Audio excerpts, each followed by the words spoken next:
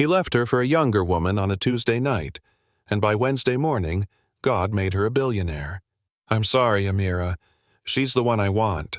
The words cracked the air like thunder. Her breath caught.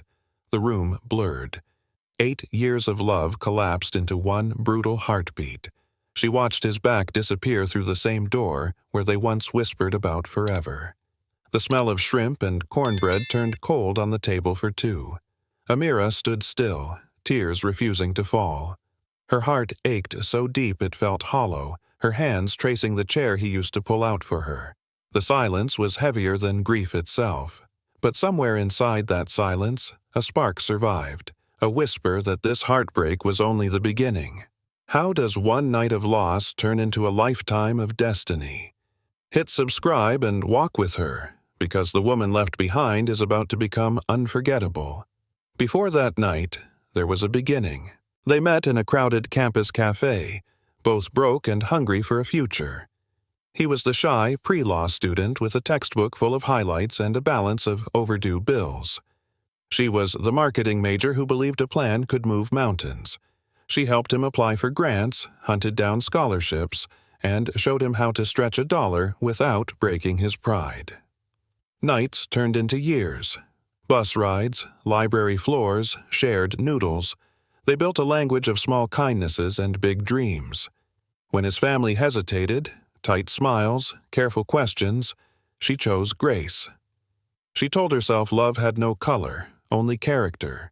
She believed that so fiercely it steadied her heartbeat. He promised forever under a sky that smelled like rain. She believed that too. In those early days, she learned how to carry more than her share and call it devotion. It felt like purpose. It felt like destiny deciding with them. They began to picture a home, a wedding, a life where work and love walked side by side. She thought the hardest days were already behind them. Years gathered quietly until Atlanta became their proving ground. She woke early, pitched clients, and registered a name that felt like a vow: Vale Creative Studio. One invoice at a time, she turned skill into a living. He rose at the firm with case wins and late nights that smelled like coffee and ambition. At receptions, she stood beside him in rooms that spoke old money in a low voice. Compliments found her, trimmed with surprise. "You're so poised." "You're impressive." It sounded warm, but sat cold. She learned the art of smiling through the double takes. She heard the whisper questions that never quite became words. Who is she with him? He wore the new respect like a tailored suit. She wore it like a weight she refused to drop. They told themselves they were a power couple. She loved how that felt, even when the title scratched. Bias didn't shout. It hovered. It lived in polite pauses and clinking glasses. She decided to outrun it with excellence, and for a long time, she did. The shift began quietly. His phone started living face down. He came home later and said less. She proposed a weekend away. He said work was brutal. She offered to cook. He said he wasn't hungry. She reached for his hand on the couch. He reached for the remote. At a firm happy hour, a friend elbowed him with a grin. "You're doing well, man. Upgrading, huh?" The laugh around them was quick and easy. She laughed too, because that was safer. Something cold slid behind her ribs anyway. She pretended not to hear the word's edge. Back home, she tried to name it. Distance. Drift. Maybe stress. She told herself love stretches but does not snap. She thought about their first apartment and the rent they survived. She thought about vows they had not yet said out loud. A small fear began to grow roots. She watered it with hope and a stubborn kind of faith. She believed that if she kept choosing them, he would choose them too. She made his favorite meal: shrimp steaming, cornbread sweet and warm, 2 plates, 2 glasses. She wanted the comfort of a table that had heard their dreams. The door opened. He didn't look at the food. He didn't kiss her cheek. He set down his keys like a gavel. "We need to talk." 4 words that unthreaded the room. He said there was someone else, a paralegal from the firm. Her name was Brielle. "She makes me feel seen." The sentence landed like a verdict. Seen. The woman who had witnessed his late-night doubts, his early-morning fears, his triumphs and tears, stood there invisible. She searched his face for the man she knew. He looked past her, as if the future had shifted to a doorway she couldn't enter. The food cooled. The clock kept moving. She felt a quiet opening in her chest where love had lived, and for the first time she did not know what to say. He asked her to move out by the end of the month. The words were clean and practiced, as if he had said them to a mirror. She nodded because crying felt like a luxury she could not afford in front of him. Boxes arrived. Tape hissed. Drawers emptied their small histories into cardboard. Friends texted advice that sounded like fortune cookies. Time heals. You'll find better. None of it touched the ache that lived under her ribs. She folded the sweatshirt he wore in winter and set it aside. She pressed her palm to the wall where they once hung a list of goals. In her head, a line kept returning like a tide. 8 years, gone like she never existed. She tried to eat and could not. She tried to sleep and could not. Each night she watched the ceiling and wondered when a life ends and another begins. She did not know the answer yet. She only knew something precious had been dropped and shattered. The social circles moved on without her. Photos appeared of dinners and birthdays. He was there, smiling easy. Her name didn't show in the captions. The people who once called them a power couple began to edit her out of stories. It wasn't cruel. It was clean. That hurt more. She learned the silence of group chats, the art of being unseen in familiar rooms. In the mirror, she met a woman who had given, and now had to decide who she was without the giving. A thought surfaced and would not leave. People love a successful black woman, until she's broken. She did not post. She did not plead. She held her center like a fragile thing and tried to breathe around it. If love had become a closed door, she would learn the shape of keys again. She didn't know how yet, but she knew she would not live erased. That decision felt small and enormous at the same time. She signed a lease on a place that fit inside their old living room. The refrigerator hummed like it had secrets. Her studio desk sat by a window that overlooked a bus stop. She drank cheap tea and watched strangers come and go. The quiet felt honest. She unpacked slowly. One framed degree. One plant that looked braver than she felt. She answered client emails with a steadier tone than her heartbeat. Nights stretched long. The kind where grief shows up wearing every memory. She stood in front of the mirror and whispered, "You still matter." She did not believe it at first. She said it again until the words warmed her mouth. Bills still needed paying. Work still needed doing. She logged off and let the city hum soothe her. The worst had happened. It had not killed her. There was a future out there, even if she could not see its shape yet. That truth, thin as a thread, held. Her phone lit with a 310 number. She almost let it ring out. Something made her answer. "Is this Amira Vale?" a steady voice asked. "This is Attorney Williams. I need to speak with you about your grandmother, Clara Beaumont." Amira sat up. The name carried perfume and soft hands from a childhood she barely remembered. "My grandmother passed when I was 5, she said. "You must have the wrong person." "I don't," the attorney replied.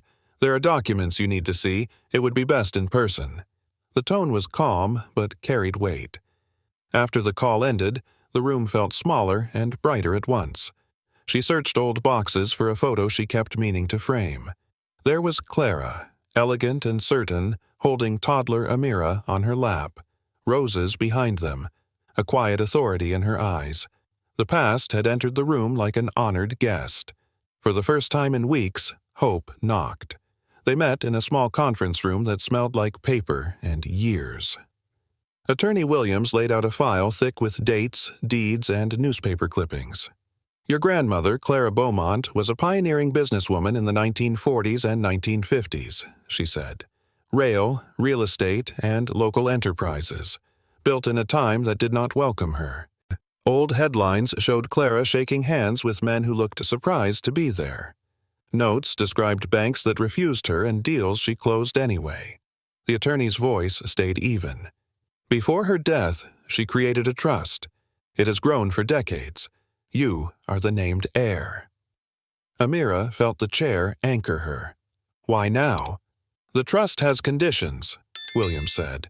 "Direct descendants inherit after turning 32 and experiencing significant personal hardship, a test of character and resilience." The word hardship rang like a bell in a long hallway. She thought of the door closing, the boxes, the cold dinner. Pain had a new name. Destiny had a timestamp. Amira stared at the documents as if they belonged to someone else. Her grandmother had been simple, modest, careful with pennies, church hats and plain dresses, not ledgers and trusts. "Why would she hide it?" she asked, voice thin. The attorney answered without flinching. "To protect you from what money can do before you're ready." Denial rose fast. Maybe there was another Amira. Maybe a clerk mixed files. She scanned the signatures. Clara Beaumont flowed across the page in a hand she half remembered from a birthday card. Old clippings showed Clara beside city leaders who seemed surprised to stand near her. Deeds listed addresses Amira had walked past in New Orleans and never noticed. Her pulse kicked. The room felt too small for the history inside it. She tried to picture Clara counting each dollar at the kitchen table, hiding a kingdom behind gentle eyes. The attorney waited. No pressure, no rush, just time and proof. The answer about hiding stayed in the air like a warning and a blessing. Amira didn't believe it yet. She couldn't. But the seed had been planted. The next days turned into checkpoints. A DNA swab, quick and clinical.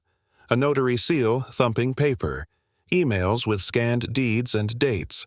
Names of trustees who had guarded the quiet edge of her life for decades. Every step clicked into place with a steady, unnerving certainty.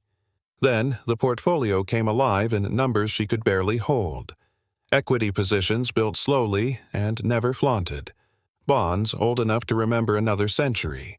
A list of properties across 5 states. A Brooklyn brownstone she had only seen in photos. 2 small businesses still paying dividends.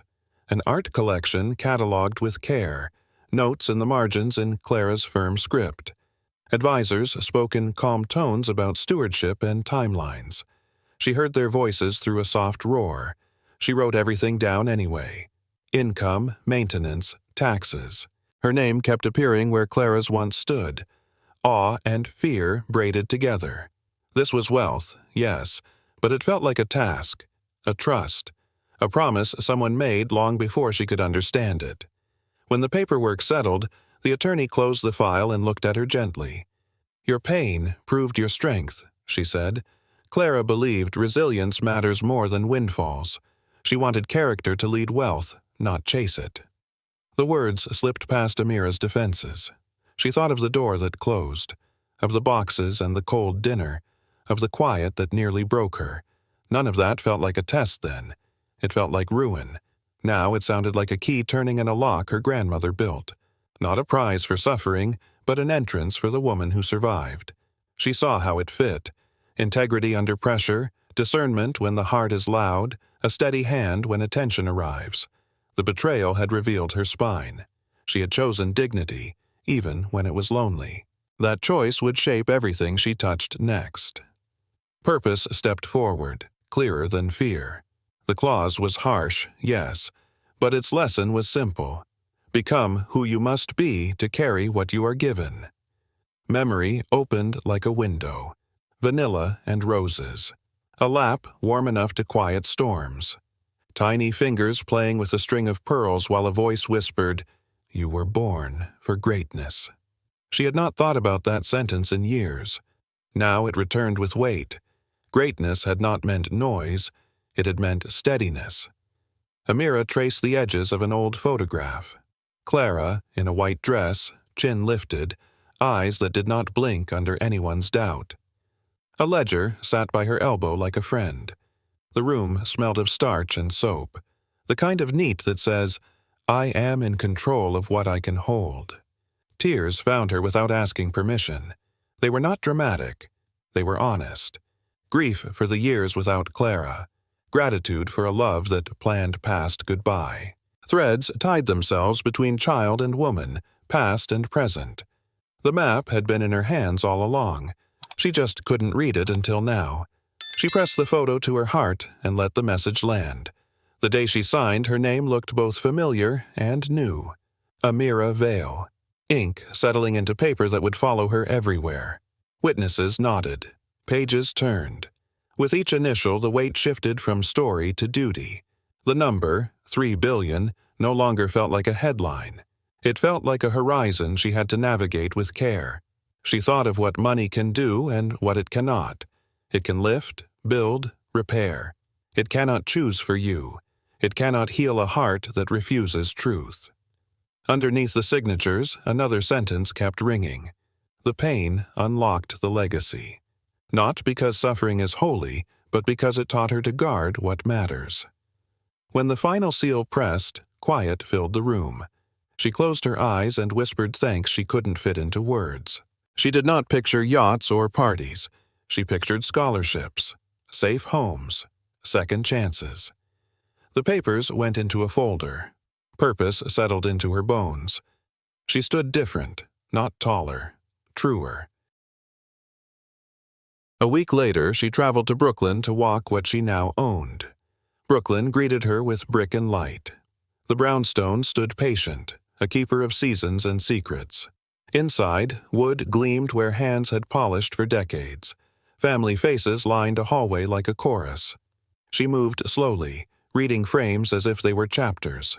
In a back room, boxes held the grammar of the empire, ledgers neat as prayer, contracts with margins full of notes, lists of scholarships Clara funded when no one else would, a folder labeled Community, thick with small loans repaid with pride. Every page spoke the same language. Invest in people, and they will build with you. Amira made a simple plan. Learn first. Decide second. She read until the words felt alive. She underlined values, not just returns. She circled names of neighborhoods that needed repair. Wealth looked different from the inside. Less shine, more structure. Less rush, more roots. She felt the house breathe around her and understood. She was not here to perform rich. She was here to continue a work. She found the letters in a thin envelope. Polite refusals from banks that could not extend credit at this time. The dates were mid-century. The ink was cold. A note in Clara's handwriting sat beneath them. Find another door. More documents told the rest. A pastor's introduction to a black-owned bank. Minutes from a neighborhood meeting where shopkeepers pooled funds. A receipt for a rail shipment routed through a friend when a supplier stalled. Every workaround carried the same truth. The city did not plan to welcome Clara. She made room anyway, and then she made space for others. Amira's throat tightened. This inheritance was not a windfall. It was a verdict against limits that should never have existed. A victory carried, then handed forward. She thought of every side-eye she had smiled through, every room where she stood polite while people measured her worth. The legacy answered them without raising its voice. She pressed the envelope flat and whispered, "I see you. I'll keep going." She started with the places Clara loved. A school library that still kept a plaque with her grandmother's name. A black women's business circle that met in a church basement and spoke strategy over sweet tea. Elders who told stories in careful detail, laughter tucked between sorrow and pride. Every visit added a thread. Clara gave me my first loan. Clara never let me quit. Clara showed up when nobody else did. They hugged Amira like a daughter and a promise. She listened more than she spoke. She wrote down needs that sounded plain but carried lives inside them. Mentors for teenagers. Grants for startups that banks won't touch. Roof repairs before winter. Gratitude and responsibility mixed until she couldn't tell them apart. This was fame the way Clara defined it. Being known for what you build, not for being seen. Amira left each room lighter and heavier at once. Love does that.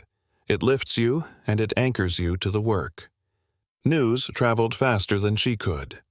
Unknown black entrepreneur inherits 3 body legacy. A headline read, Her inbox filled with invitations and requests. Some were genuine. Some smelled like appetite. Comments spread under articles she didn't post. She got lucky. Must be nice. Why her? A few words cut with an old blade. She breathed through it. Luck didn't write those ledgers. Luck didn't stand in bank lobbies and hear no. Luck didn't keep a city fed with quiet checks when cameras weren't there. She answered what needed answering and let the rest fall. She kept reading, learning, choosing. Friends reappeared with warm greetings and open calendars. She took her time. Momentum wants you to move fast. Wisdom asks you to move right. She watched the storm swirl and held to the center Clara taught her. Be clear. Be kind. Be firm. The spotlight could land where it wanted. She would keep her hands on the work. His name flashed on her screen like a ghost at noon. She picked up because ending a story sometimes requires hearing it falter. Is it true? About the money? Julian's voice was smaller than she remembered. The question hovered, hungry. Silence answered first. It stretched across the line and said everything. About nights she held him together. About the door that closed. About who she had become without him. He filled the quiet with stumbles and soft apologies, building a bridge she no longer needed. She let him speak until the echoes ran out. "Take care, Julian," she said at last, gentle and final. No anger, no invitation. The click felt clean. The room stayed calm. Power had shifted without a scene. She set the phone down and looked at the folder labeled Next Steps. The past had reached for her and found nothing to hold. The future, steady and patient, waited where it always had. She opened the folder and went back to purpose. He asked to meet for closure. He arrived with tired eyes and a practiced apology. "Chelsea doesn't understand me," he said, reaching for an old tenderness. Amira let the words sit. She remembered the night of the cold dinner. She remembered the silence that taught her how to breathe alone. "You didn't want to understand me either," she answered, steady. He started listing memories as if they were keys to a locked door. She listened without interrupting. There was nothing left to unlock. He asked for another chance. She saw the boy from the library and the man from the doorway at once. "I forgive you," she said, "but I'm not coming back." The sentence landed soft and final. He searched her face for a window. There wasn't one. She wished him healing and meant it. Not because he deserved access, but because she deserved peace. When they stood, she felt light. Forgiveness emptied the room. The past had ended, and this time she chose the ending. Whispers turned into updates no one bothered to hide. Julian and Brielle were done. A client left after a dispute over ethics. Another paused work, saying they needed stability. He wasn't ruined. He was rearranged. The shine dimmed. The phone rang less. That is how some endings look, quiet and expensive. A mutual friend asked if she had heard. Amira kept her voice calm. "I'm not surprised," she said. Later, alone, she gave the truth a single sentence. Karma came on time. Not gloating, not bitter, just a clock striking the hour it was always meant to strike. She felt no thrill in his unraveling. She remembered the young man who once believed in better and hoped he would find it without taking it from someone else. Then she turned back to the work that was hers to do. Judgment was not her job. Building was. Justice had moved through the room and kept walking. She gathered a circle of advisors around a table and named the pillars out loud. Education for Black girls and women. Seed capital for founders' banks still refuse. Mentorship that lasts longer than a photo shoot. Healthcare support for mothers who hold families together. Legacy only lives when it's shared, she said, and the room nodded because the truth was simple. They structured grants so dignity stayed intact. They mixed microloans with training so ideas could become invoices. They set timelines and audits.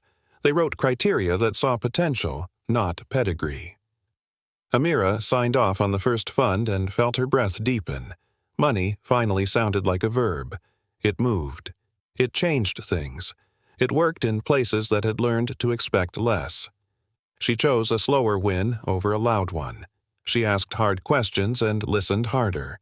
This was not about proving anything to anyone who doubted her. It was about answering the women who didn't doubt themselves, only their chances. The email was polite, full of praise from a colleague who once told her she was too emotional for leadership. Now the subject line said, "Partnership Opportunity." They wanted access to her network and her name. They used words like synergy. They used numbers that sparkled. Amira smiled at the screen and remembered the meeting where she swallowed hurt and kept working. They met anyway. She listened to the pitch. When it ended, she spoke plainly. "Emotions built empires," she said. "They tell us what people need and what they deserve." The room shifted. She laid out terms that guarded her mission: community seats on the project board, transparent reporting, equity for the entrepreneurs on the ground. If they agreed, good. If not, she would pass and sleep fine. They asked for time to consider. She gave it without fear.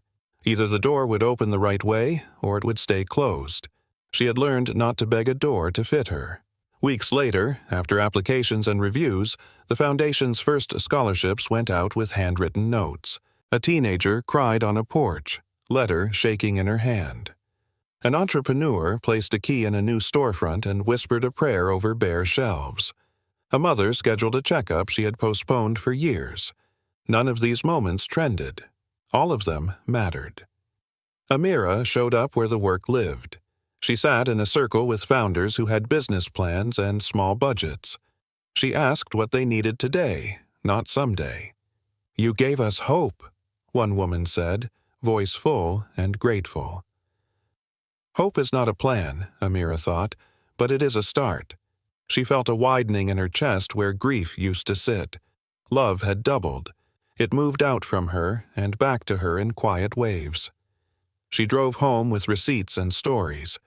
Impact looked like faces and futures, not a headline. For the first time since the door closed, she slept without waking to check the clock. Late, the house exhaled and the city softened. Amira unfolded Clara's letter, edges worn by her hands. "When you're ready, remember, pain is only the soil where power grows." She read it slowly, letting each word sink. The sentence did not ask her to love pain.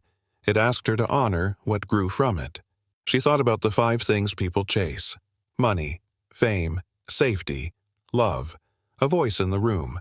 She had lost some, gained others, and learned the order that kept her standing. Money needed purpose. Fame needed humility. Safety needed community. Love needed truth. A voice needed courage. She closed her eyes and saw the girl in the cafe, the woman at the door, the heir with a pen in her hand.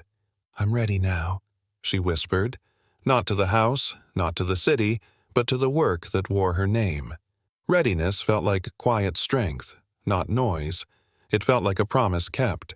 When she announced the foundation, people expected a speech about wealth. She gave them a statement about responsibility. "This isn't about money. It's about legacy," she said. She named the board, including women from the neighborhoods they would serve. She published the budget and the benchmarks. Transparency was not a favor, it was a duty. Reporters asked about luxury. She kept pointing back to impact. "Mentors, grants, health access, and time," she said. "Those are the luxuries we are buying." The room shifted toward respect that had nothing to do with numbers. She left without basking. The work was the headline. In the days after, applications arrived from places that had been quiet for too long. Ideas came written on napkins and in polished decks. She read them all with the same care. Prestige would come, or it wouldn't. What mattered was the steady build. What mattered was trust that could carry its own weight. She saw Julian's mother outside a market, eyes red and kind. The older woman hesitated, then reached for Amira's hand. "I always knew you were special," she said, voice shaking. "I should have said more when you needed someone to say it." The apology was small and heavy. It landed where an old bruise had been. Amira squeezed her hand. "Thank you," she said, and meant it. They stood for a moment inside a softness that didn't need fixing.